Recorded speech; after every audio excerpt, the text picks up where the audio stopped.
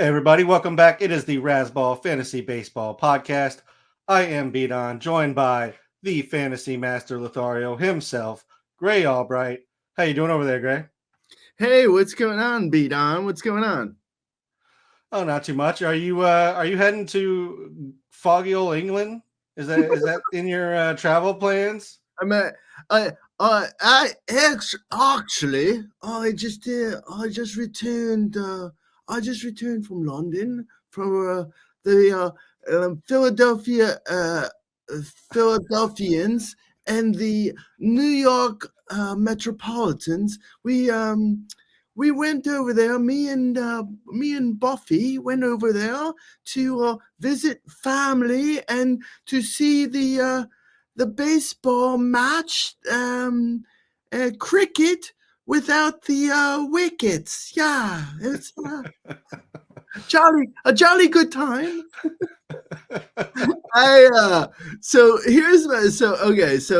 We're recording this on Monday, June 10th.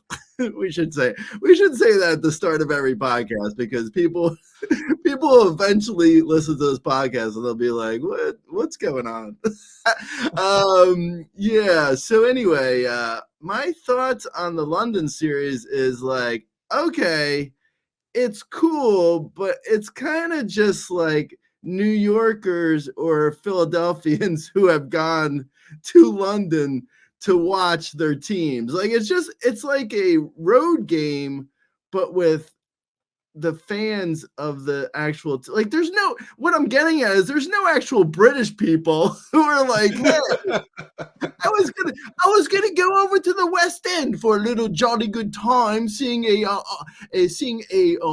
show, but instead I think I'll go over and watch the baseball game. No one's walking over to the stadium in their bowler hat. It's not like, I guess what I'm saying is, it's not like MLB is actually expanding its audience. It's just making Mets or Phillies fans travel further. That's all it's doing, really. I mean, maybe there's a few expats who live in London and they're like, oh, cool. I've been living in London for the last, couple of years, working for this job that I got transferred over here for, and I'd like to go see a baseball game. Like, then maybe those people are going, but for the most part, there's no British people in the actual stands. I mean, come on, right? Right? I guess in the defense, like, you have to start somewhere. This is I guess the third series that's been in London, but like one was pre-COVID, so like that doesn't even feel like it counts anymore. So like two series, basically, one last year, one this year. Like, you have to give it a little time to see, because like when the NFL went over, it wasn't very popular either, but it's grown pretty steadily the more years it's gone. But the NFL is also a much easier digestible product than baseball. It's like telling somebody from the U.S. that they destroyed India or Pakistan in cricket. Like, nobody really understands or really cares about that, except that USA beat. I honestly, I don't really follow like world news, and for a second I legitimately thought someone blew up Pakistan. when you said destroyed Pakistan, I was about I guess that's terrible wording. How did I miss it? Was there an invasion? Yes, no, that did not happen, but the US did beat them like 197-3, which, again, I know nothing about cricket. That seems very lopsided. One person had the equivalent of what is 10 home runs, I assume. I don't know. So, I mean, honestly, it could be like their scoring could be like for every run is like the equivalent to 100. Like, I don't know what that means. But then how do you only get 3? Like, that seems maybe even worse. It's like, it's like it's like scoregami with like getting safeties in football. It's like, oh, how'd they get 2 points? Like, I don't know, some weird rule, like a guy ran out the back of the end zone, but like it doesn't usually happen. Maybe it's like it's always 100 points, but if a guy says like a slur, he gets like 3 points or something. I don't know. I'm not saying that's it, but I'm saying maybe there's a rule that we just don't know about that gets like everyone gets 100 points usually, and then this other guy got 3 points. I don't have any idea how cricket works. I have no idea. It literally just popped up. I honestly think we should be in charge of the United States Cricket Organization. They should come to us and find out like what we think about how the game should be played. 100 points every score, or 3 points if a guy, accidentally. If it doesn't look good, it's got to be 3. So says something inappropriate. If he's got a felony, it's 3 points. If he's got 3 misdemeanors or more, it's 5 points. If he's got a clean record, though, 100. It's basically, you know how the DMV scores points for your license? It's that. It's just with cricket. All right, great. I'm just gonna move us off this topic before something gets said that's just either completely wrong or gonna get us just removed from the air. So let's just move on to fantasy baseball here. Let's talk about some call-ups. Your favorite topic, Gray. I started the show with it. Braves starting pitchers. Hurston Waldrep has been called up. He and AJ Smith-Shawver are the top arms in the organization. He was number 1 on Itch's Braves prospect list this year in Double-A at 49 and third innings. He's had a 2.92 ERA, 1.4 WHIP, 22.5% K rate, 7.9% walk rate. He had 6 innings at AAA, so that doesn't really matter other than he had 11 strikeouts and 1 walk, which is nice to see in his only game in AAA. What do you think about a Hurston Waldrep here? Is he worth grabbing, and in what leagues? Are you grabbing him in every league, or is this like 12 team deep and 15 team and deeper, or what are you thinking? I have a few thoughts. So Hurston Waldrep sounds to me like the most white name I've ever heard in my life. Hurston Waldrep. Do you happen to play golf with a Hurston Waldrep at all? Because I think he probably wears a seersucker underneath his outfit, Gray. Either that or he's on the NASCAR circuit. Anyway, so I kind of don't like Hurston Waldrep from a fantasy standpoint outside of deep leagues. I'll tell you why. So his command, I don't know if his command is necessarily going to be as bad as it was in his Sunday start, but if his command is anywhere close to as bad as it's been at stops in the minors, I just don't think he's going to be very useful for most shallower mixed leagues.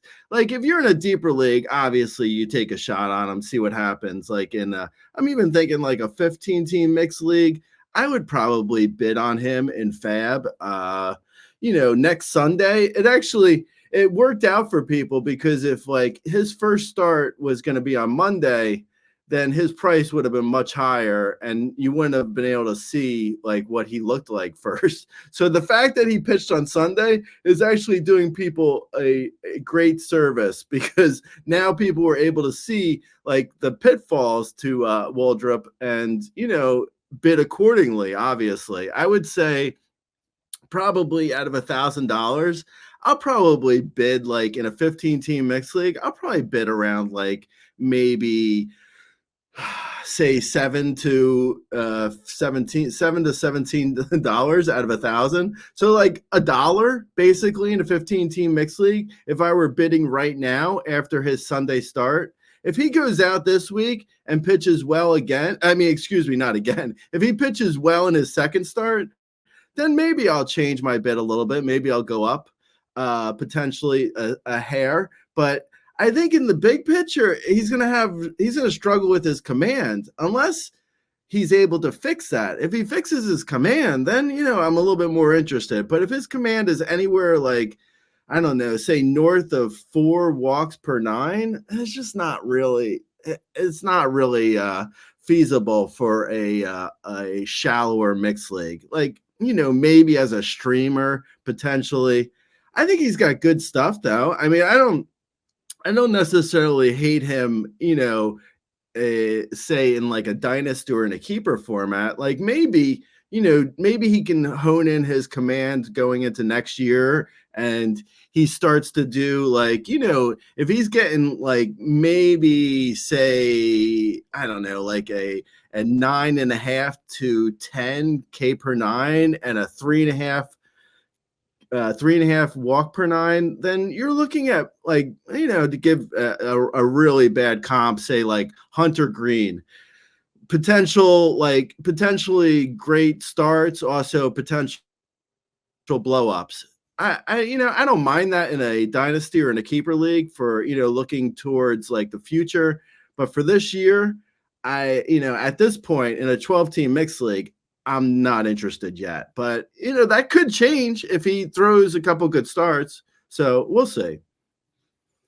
Yeah, I'm with you that I don't know that I'm like rushing out to grab him in every single league. In deep leagues where you pick up anybody who has starting pitcher and has a rotation spot, take the shot. But in most leagues, I think he's going to be a streamer and just kind of a wait and see. The upside, I don't know how high the upside is. The K rate, I don't think is going to be overly impressive.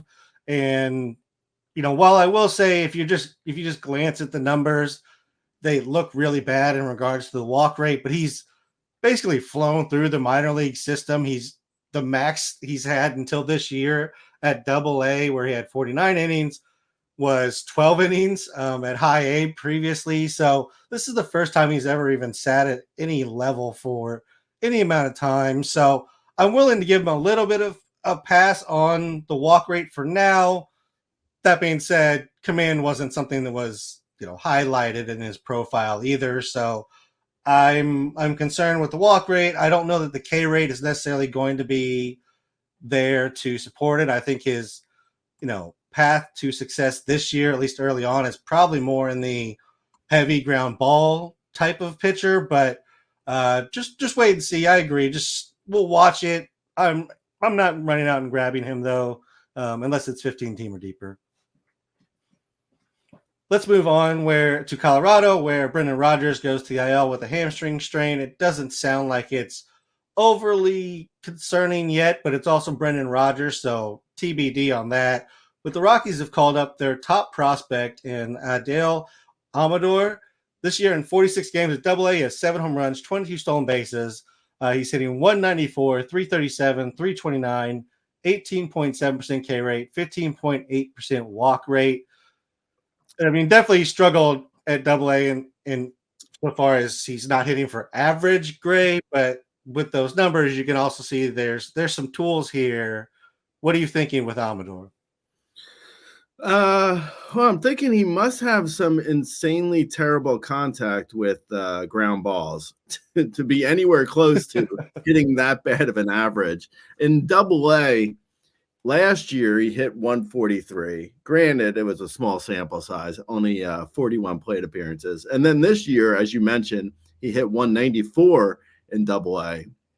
I mean, with the Rockies, I kind of get not sending someone to Triple-A because, like, the environment there is not great. So that is fine, even though, obviously you always have to second guess every thing that the Rockies do because they've never made a smart move as an organization in their life. But with that said, I mean, his contact must be really awful because he doesn't strike out a ton. Like you mentioned, the strikeout rate, 18% ish between 2023 and 2024 for in Double-A, and probably closer to 19%. Good walk rate. So he has good eye, good plate discipline. But wow, I mean, he must be hitting a lot of dribblers to second base. Like I'm, people know this, that I'm not like Mr. Prospect guy. Like I sort of like I go through with what other people say, and I look at the stats, and So I haven't had actual eyes on Amador. From what I've seen from other people, they're saying like he has great, he has a good hit tool because of the, the plate discipline. So that I see, but if his contact is that awful, like what is that going to do in the major leagues? Like a guy having, like, he has so much speed to have like a 200 BABIP in Double-A. Like, what are you doing? Are you grounding out to the catcher? Like, how is that possible? It doesn't seem possible, honestly. It seems like a little bit like there's something wrong here. But everyone that I saw was really excited about the call up from him. And the speed is there. Like in this first game on Sunday, he stole a bag. So at worst, you pick him up. Like I picked him up in our RCL league, which is a 12-team mixed league. So I would pick him up everywhere because I'm fine with like speed transfers from the minors to the majors. That's fine. I'm fine with like trying to take a flyer on a guy who's just going to possibly just steal some bags. Okay, no problem there. So I grabbed him, and I would be more than happy to grab him in any league because of the speed. But I don't know, man. I don't think there's anything going to be here for this year at least. Like Rogers comes back from, a hamstring, say in like 2 weeks, and Amador is hitting 175, he's just going to get sent back down, right? I mean, there's no way he stays up. I don't know. I don't really think there's much here, but I would take a flyer on him just to see. Also, we haven't even, or at least I haven't even mentioned the other the other problem with Amador's call up is the fact that Bud Black is going to bench him out of nowhere for no reason at some point, right? I mean, he's going to be like Amador right now is hitting 8th in the lineup, and at some point, like probably by tomorrow, Bud Black's going to be like, wait a second, hold on, this guy's got upside. I'm putting him on the bench. Why is he playing? Who put him in the lineup? So once Bud Black comes to his senses, Amador may not even play. But yeah, I grabbed him. Like, all jokes aside, I grabbed him in a 12-team mixed league. So I would grab him anywhere just to see if like he comes up and he's able to steal some bags. But I wouldn't expect anything really. Oh, yeah. I mean, we can definitely see Bud just looking down his bench being like, Jacob Stallings, you're in at second base. Stallings, I don't play second. He's like, I don't care. You're the oldest one on the bench. Get out there and give me some veteran leadership. I don't care. Here's Bud Black.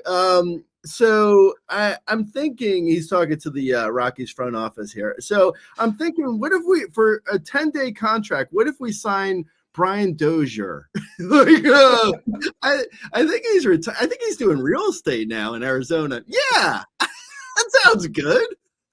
I don't know if he's still playing baseball. Does that matter though?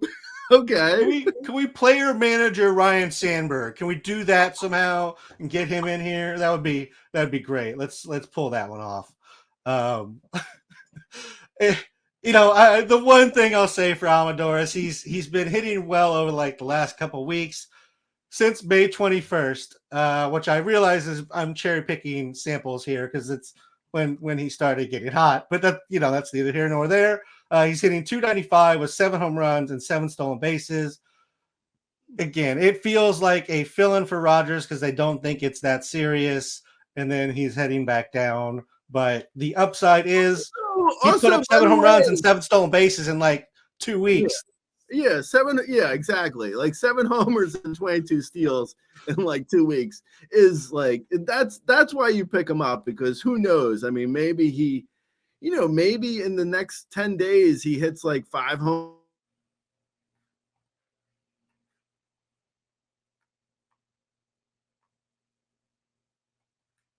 Like he's going to have to make it completely impossible for them to go back to Brandon Rogers, which I guess he could do. And that's why you pick him up, just for the potential upside. What I also say is, like, I think there is a chance here that like Amador, like he comes up and he's so good, and Rogers has a setback, and it's like he could be like one of the big pickups of the year. So yeah, I mean, you take that flyer for sure. Like, absolutely. It will, would I drop someone who's actually been worth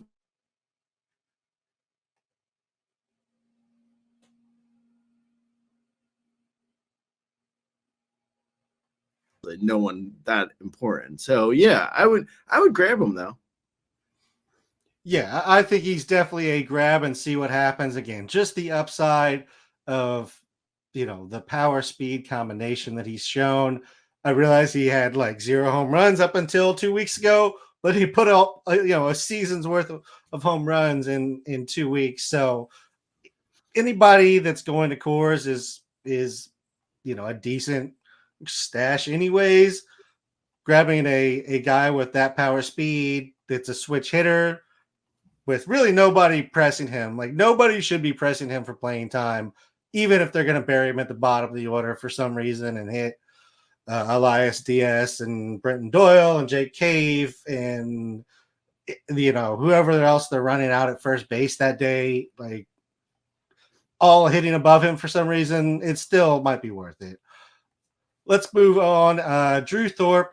Clevenger goes down to the IL for an elbow issue. Right now, it doesn't seem like it's a long-term absence for Clevenger, but at the same time, it's Mike Clevenger, and he's like 45 years old. So there's the possibility that he stays, away from the White Sox for a little bit longer here. The one thing that's even been remotely redeeming on the White Sox might be their starting pitching. Is this possibly somebody that we could look at in Drew Thorpe to build on the pitching aspect here? Or what are you thinking? He in Double-A this year, he had 60 innings, a 1.35 ERA, an 0.87 WHIP, 25% K rate, 7.5% walk rate.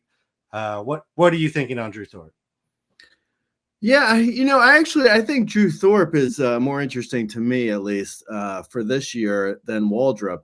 I like the fact that he's got like such good command. Like he leads with his command, which for me, I appreciate the fact that like if he can come up and maybe the Ks aren't going to be that amazing. Like he had an 8.4 K per 9 in Double-A. So if he comes up, and that was in 60 innings, but still, I mean, if he comes up and he's like a 7.5 K per 9 and maybe a 2.5 walk per 9, he's probably going to be a streamer at best. Like that's not like those aren't great numbers, right? But if he can like up his command just a little bit, if he's able to stay like a low 2 walk per 9 and like maybe get his Ks over an 8 per 9, I'm interested. I think he's probably safer, at least for me.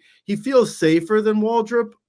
It will depend on matchups, obviously. Like Thorpe against the Yankees is awful if Waldrop's going against like the Marlins or something. Like it depends on the matchups, but in just in a vacuum, I would say Thorpe feels a little bit safer to me.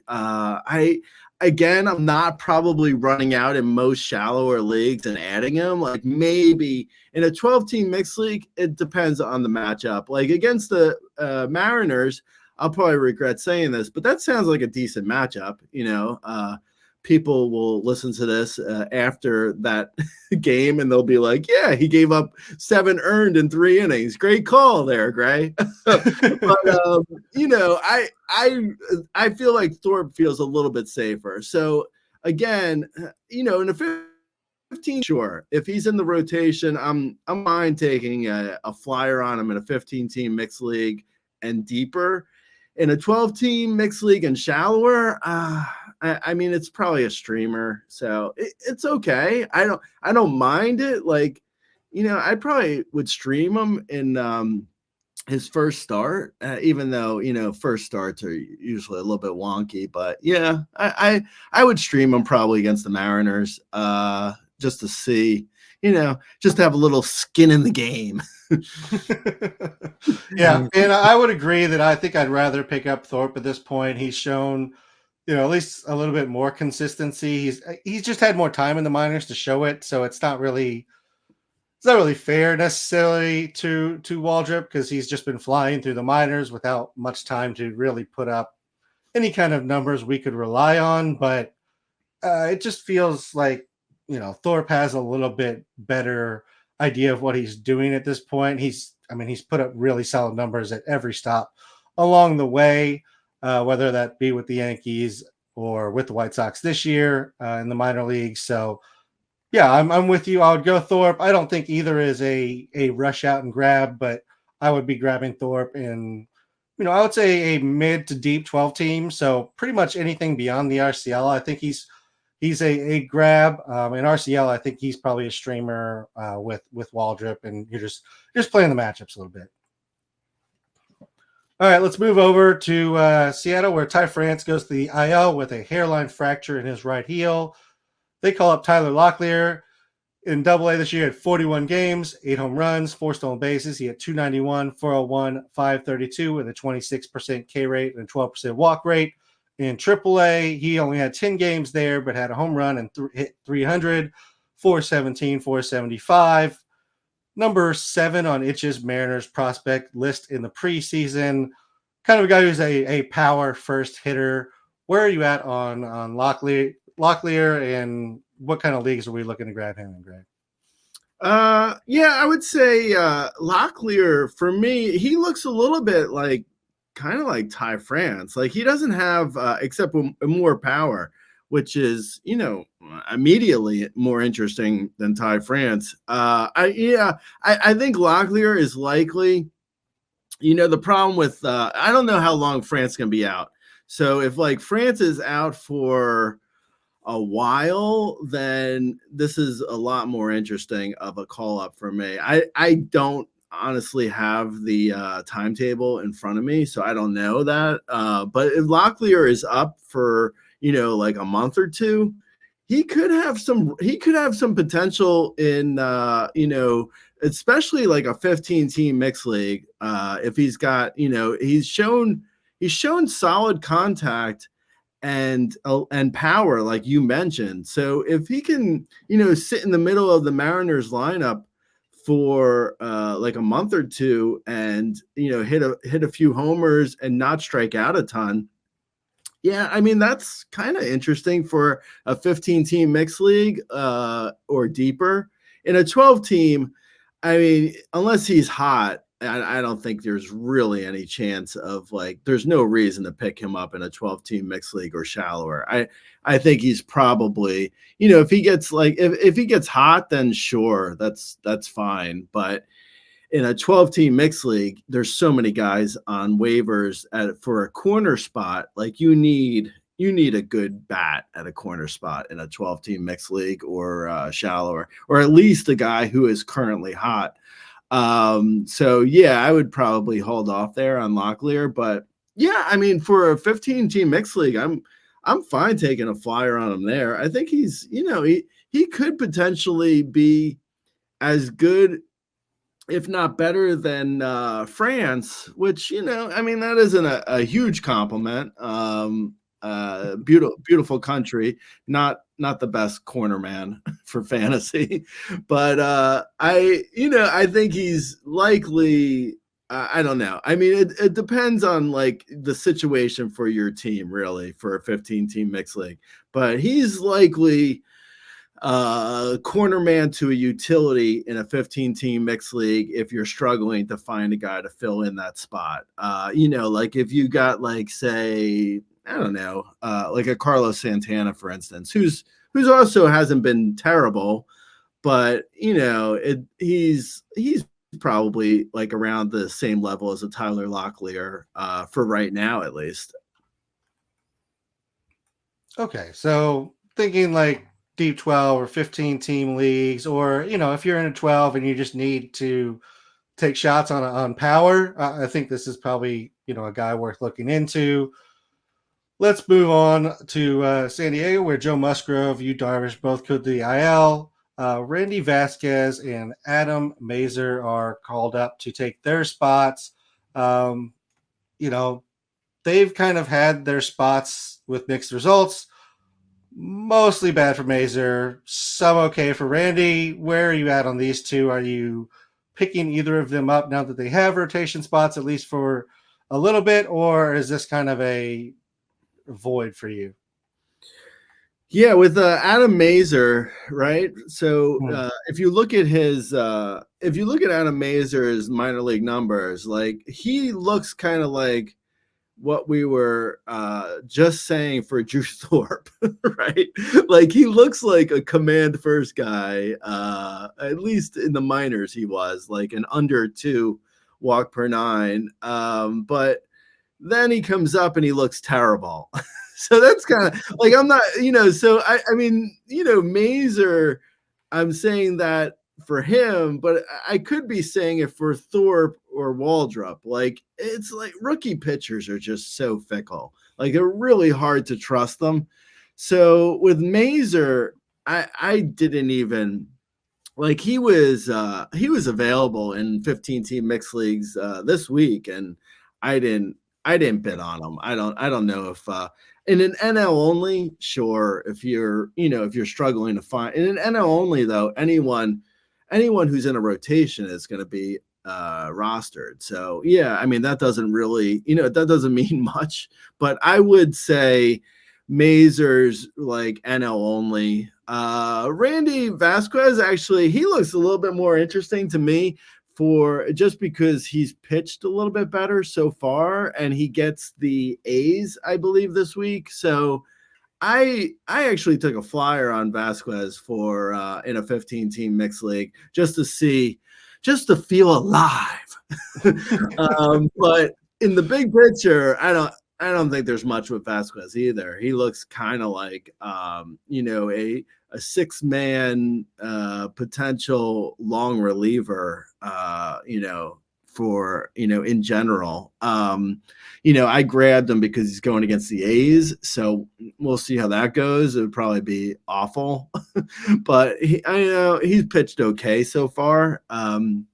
His results have been better, ERA wise, his results have been fine. Ish, at times, like he's had 7 starts. He's had like a few good starts and a few terrible starts. But his Ks are terrible. His whip has been awful. So yeah, I wouldn't, I'm talking about taking a flyer on him versus the A's in a deep mixed league. I'm not talking about doing it in like a 12-team mixed league or shallower. Yeah, I think that's kind of where I am too. As you mentioned, Vasquez has looked, more consistent in the games that he's gotten to throw so far. Mazur, he's had one okay game and one just absolutely terrible game. The walks are really weird because of, the stats that you mentioned. So we'll see if he can get that under control, if that can kind of help bring the consistency back. But until we see anything from him, I think we're looking at deep leagues only for both these guys. So yeah, with you on that. Let's talk about a couple of 30-day performers real quick here, Gray. Heliot Ramos was number 15 on the last day 30-day player rater, and number 2 on the 7-day player rater. Since his call-up on May 8th, he's hitting 314, 405, 533 with 6 home runs and a stolen base. He's been called up a couple times in the last couple of years, but has struggled in those brief looks. Do you believe that he's turned the corner here, or is this just a little hot streak? Yeah, I think this is probably Heliot Ramos. To me, looks like he's just a hot bat. Like it's going to depend on whether or not he can start making better contact. Like right now, his walks are fine. He's striking out a decent amount, though, and he's got a high BABIP. So it's not like he's really a 300-plus hitter. He's probably closer to a 230 hitter. So once the average bottoms out, his power is going to bottom out. He's not going to get on base to steal. It's like, yeah, I mean, I like him right now for sure. I would grab him everywhere. In every league, absolutely. I even grabbed him in a 12-team mixed league. I would totally, like in the shallowest of leagues, even in a 10-team, if you're struggling in the outfield, sure, I would grab him. Absolutely. Would I expect this to continue? No. I have no faith whatsoever in Heliot Ramos. Heliot Ramos. Heliot is the L is. I'm assuming the T is silent. I'm going to make his whole name silent. I'm just gonna say. Heliot Ramos. I like him for now. We'll see. We can just say HR if that helps. Great. We can just just call him HR. HR. I'm calling up HR. Hello. Yeah. B Don grazed against my butt. And you're calling because you liked it, or yeah. Hello, HR. I mean, the K rate is definitely concerning. 29.8% even during this hot streak. I will say he's not swinging outside as much, which is a good thing to see. He's seeing more pitches. First strike rate is down quite a bit from where he's been in previous looks. I mean, he's still only 24, so I'm not saying like this can't be the start of him starting to figure it out, but him being a 315, 6 home runs per month guy, I agree. That's probably not how it looks long term, but enjoy it while you can. And I think he's still probably, even once he cools down, if he can just maintain some of this discipline on not reaching, even if the K rate's high, I think he can hit enough, solid contact to stay more useful at least than he has been and keep his roster spot. Yeah, no, I think that's true. I think there's a potential here where he could be like, say over the course of 162 games, 22 homers, 12 steals, 250 average, that kind of guy, which isn't bad. I mean, that's a totally respectable line, especially if he's at leadoffs. There's nothing wrong with that. It's just not what he's doing for the first 30 games of his, of this year. Yeah, I mean, he's absolutely just doing great so far this year. But yeah, we'll just monitor. But again, I don't think that's necessarily what he is. I like the projections you threw out there, and a lot of the guys that sit in that range do a lot of their damage in just kind of hot stretches, and then their average self for the rest of the season. Luis Gil, number 1 on the last 30-day pitcher player rater, number 17 on the 7-day player rater. Since the start of May, he has 50 innings, 6 earned, 55 strikeouts. He's got a 107 ERA, 0.72 whip. All of that leads to a 30% K rate. 8.5% walk rate's a little high, but are you buying the Luis Gil breakout? Yes and no. I think he's probably pitching a bit over his head right now. Like I buy the strikeouts. The problem for me is like at some point his homers allowed are gonna stabilize, and his if he walks too many guys, that's going to catch up to him, right? Because like his command isn't good. So if Luis Gil is going to Luis Gil or Gil, it's Gil, right? Yeah, Heel. it is Gil. Yeah, heel. Yeah, like Ty France fractured his heel. Luis Gil, if he is walking 4+ walk per 9, it's just that's gonna bite him. It's gonna at some point it's gonna catch up to him, right? He's not able to actually get away with that, even with a near 11 K per 9, which is good. I mean, I like him a lot, don't get me wrong, but he's not a barely 2 ERA guy. He might not even be a 3.5 ERA guy. Like he could be above a 3.5 ERA. So at some point, all that's going to stabilize. His ERA is going to go up.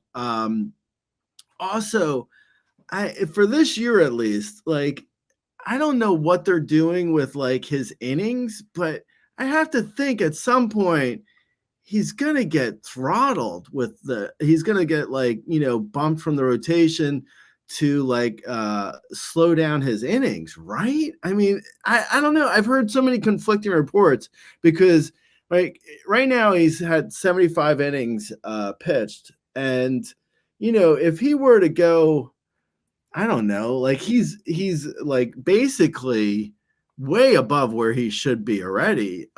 So I don't know, like, is he going to go another 50 innings? So say 125 innings this year. That's good.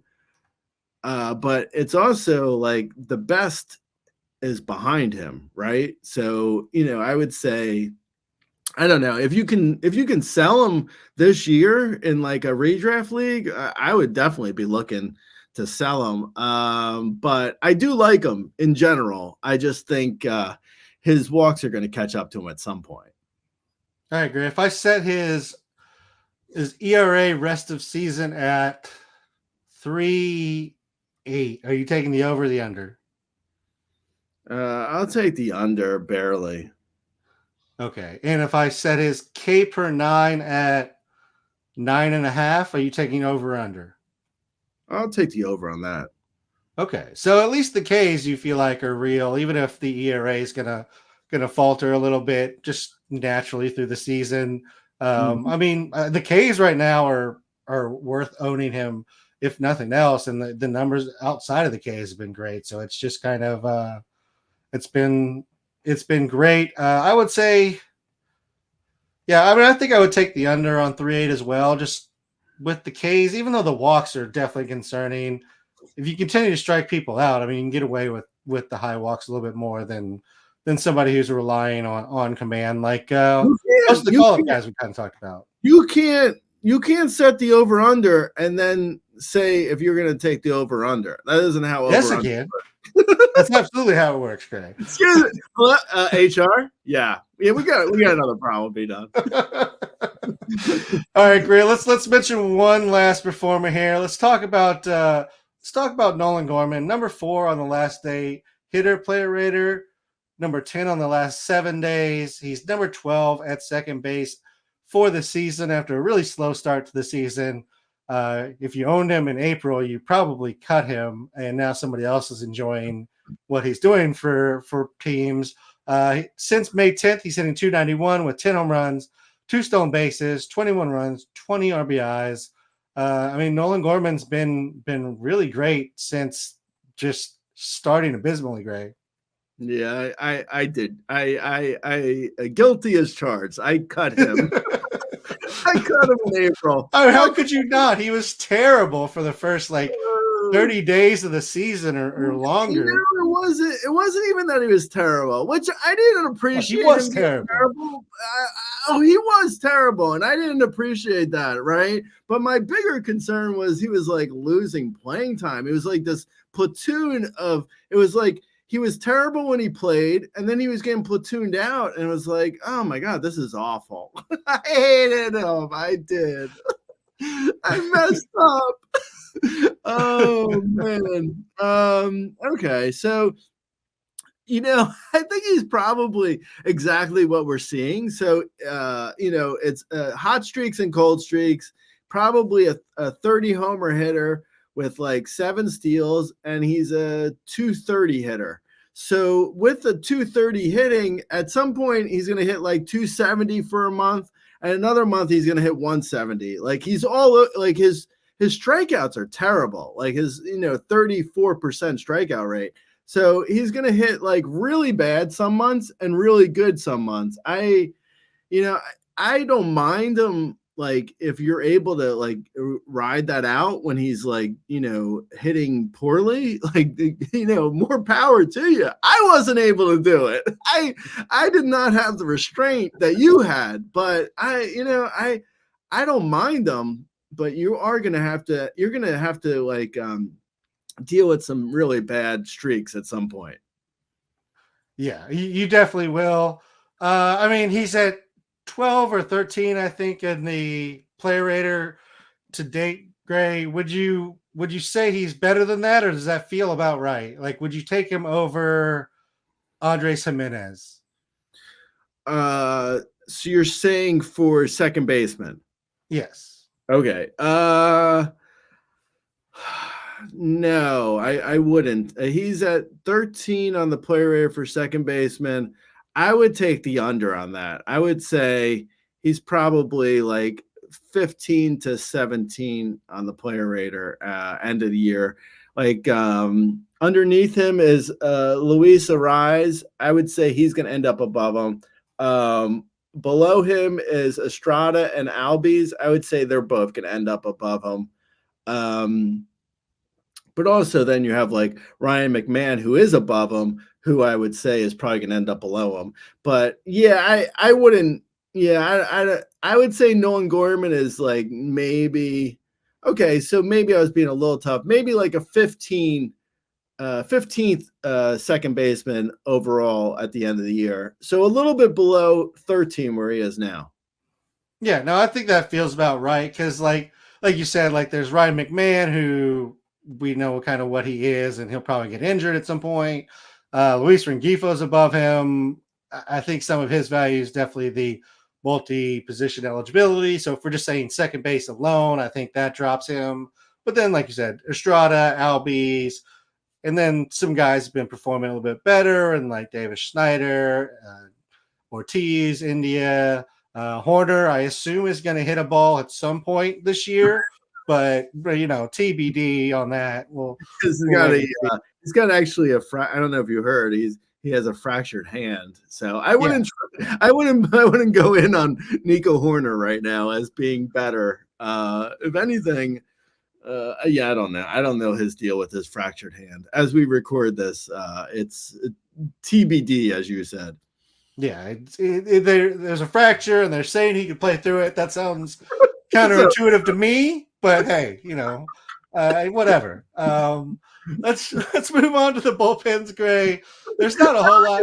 I like how like major league teams will just be like, oh yeah, he's got a fractured hand, but he should be fine. Like, yeah, okay. He'll probably play like this next game. Point. Yeah, I mean, maybe if you put him on a 30-day IL and his fracture heals, then then maybe he would be fine. But he's just really good on the bench, Gray. We're gonna not put him on the IL and just let him sit on the bench. Can you imagine being like, oh yeah, he's got a and I don't know where the fracture in his hand, but any fracture on your hand and you're hitting a 95-mile-per-hour fastball with your hands, not good. I could not feel good. Like that he can't, like, it's gotta be an IL trip. Yeah. There's people that can take his spot. It's really not that big a deal. Yeah, I moved him even without the IL in a weekly league. It's too late for people now. It's too late for people now. It sounds like a horror film, but it's too late for people now to make this move. But I moved Horner to my bench for this week. There's either an IL stint is going to happen by the time people listen to this, or he's just not going to be very good. It's too late. You're saying it's too late, baby. It's too late. It's too late, baby. It's too late. Yeah. All right, great. Let's move over to the bullpens here. Not a whole lot this week. Justin Lawrence goes to the IL for what it's worth. I just drop him and save yourself. Jalen Beeks, Tyler Kinley. Do you have a preference here on the two who seem to be? I have, actually, my preference is to avoid the Rockies bullpen completely. That's my preference. What about Ryan Stanek? I know Munez he pitched on Sunday, so it seems like Munez is fine, but guys are fine until they're not. So if you're able to stash Stanek, that seems like a decent one. Not to not to avoid the question that's been asked, but I wouldn't go near the Rockies bullpen is basically what I'm saying. If you have to, I guess Tyler Kinley in the Rockies, but listen, here's the deal. So the Rockies are a bad team. They're going to lose 100 games. They're in cores. Home games are in cores. And Kinley isn't really that good. So it's like, do you really want to, like, for the 3 saves a month, do you really want the ulcer of a guy who's going to have like a 4.5 ERA? It's not, I don't know. It doesn't seem worth it. It's probably not, Gray. It's probably not, but there are some people, including myself in some leagues, just we need every hope from every save we can possibly wrangle up. And sometimes that means going to very bad options. Let's move over to Philadelphia, where Jose Alvarado blew a save yesterday on Sunday. Is it time to look at, if he still hasn't been picked up, Jeff Hoffman? Yeah, no, Jeff Hoffman should be rostered in just about every league for like the last 2 months. Jeff Hoffman's been great. I have him in our RCL league. I have Jeff Hoffman now. I think since April. I haven't even thought about dropping him. Like I rotate players all the time in that league, but I haven't at one point thought about dropping Jeff Hoffman. Like he's just been good, like just in general. Over the for the season, let's see where he is on the player rater. He's the 19th best reliever on the player rater. So assuming you're even in a 10-team league, assuming people have more than one reliever on their team, he's rosterable even in a 10-team mixed league. Like that, he's been great. I have him in a bunch of leagues. Jeff Hoffman, he's been really good. Yeah, he's been very solid. He's been getting the occasional save. If you're in holds leagues, I mean, he's great for those. He's given up, I think, 1 earned run in the last month, so very safe on that front. At least he has been. He was in, I want to say, the 8th inning in the London game on Sunday. He came in. He was so lights out. Like there was one, I think, to end the at bat against Pete Alonso. Like if you go and just watch one pitch from Jeff Hoffman, you see him like obviously Alonso swings. He swings at a lot of pitches, so it's not like he's got the best plate discipline. But you see a pitch that Jeff Hoffman throws and Alonso's swinging at it. It's a good 4 feet off the plate. Like it's not even close. So it gives you an idea of like how nasty Hoffman has been. Yeah, I mean he's been great. So yes, if he's available, go grab him. Whether he gets the closer job or not, or whether it's a split like it was all last year with the Phillies, he's still worthwhile, and he'll get the occasional save. Probably still more saves than anybody in Colorado that you're going to pick up, Gray. Yeah, no, definitely. Also, no, that's true. Also, he doesn't suck. also, he doesn't suck. But like I was saying with he was 19th, Hoffman's 19th on the player rater for relievers. Jose Alvarado is actually 34th on the player rater for relievers. So Hoffman's been much better than Alvarado, even though Alvarado has got the majority of the saves so far.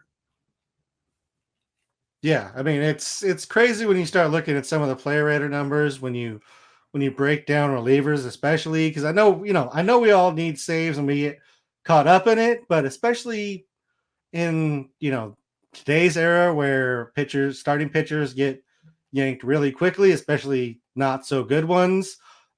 It's a really good reliever can be more worthwhile than taking the bottom of the barrel starters. Right. Okay. So where is Brian Hudson on the player rater? If you had to guess, is he over 100 overall or over 150 overall? I feel like he has a couple of saves, right? Like just to give him a little bit of value here. Mm-hmm. I would say he's like, I'd say above 100. Just I don't think he's gotten enough Right.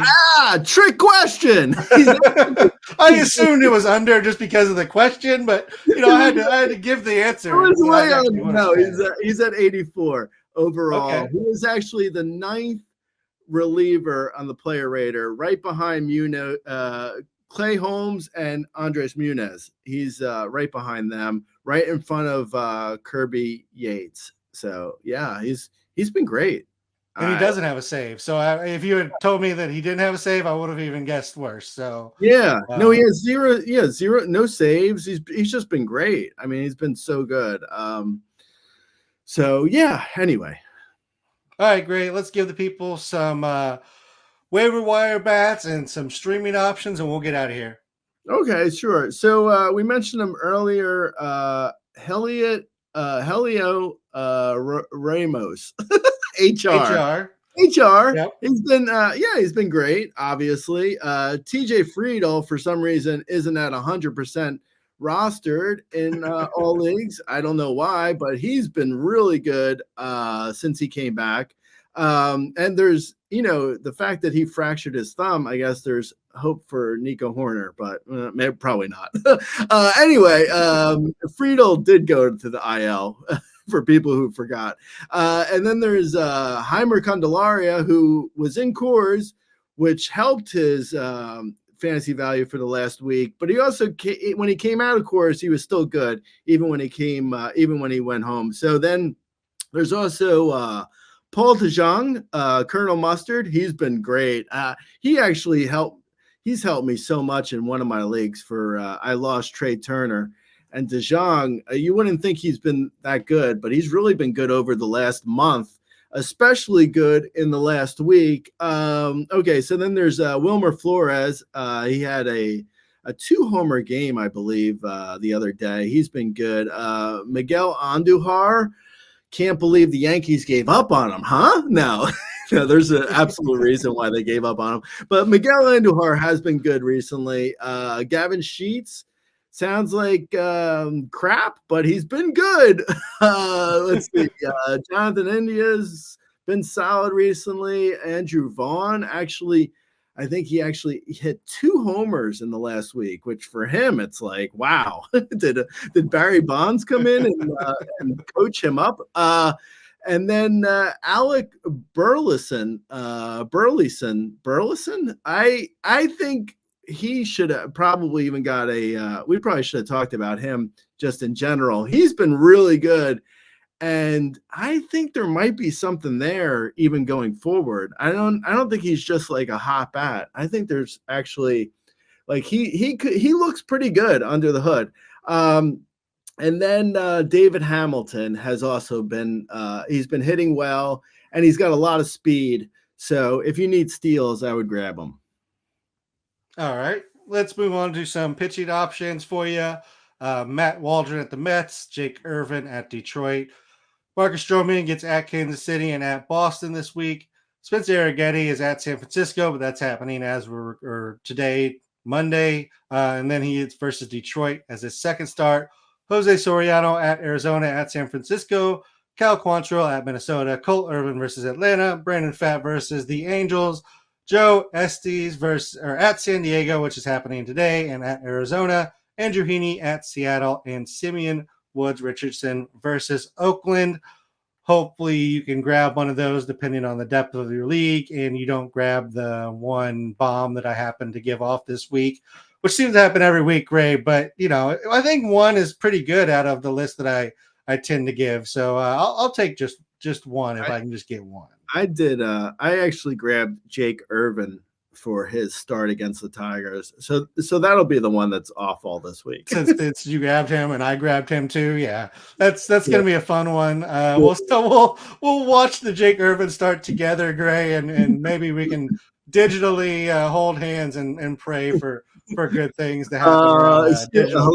Hello, HR. Yeah, I got another complaint, man. Sorry.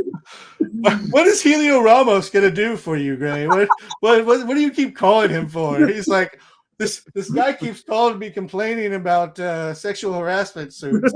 I don't know what to do. Somebody help me. All All right, great. If anybody has any specific questions, you can find us on Twitter. I'm at RazBdon.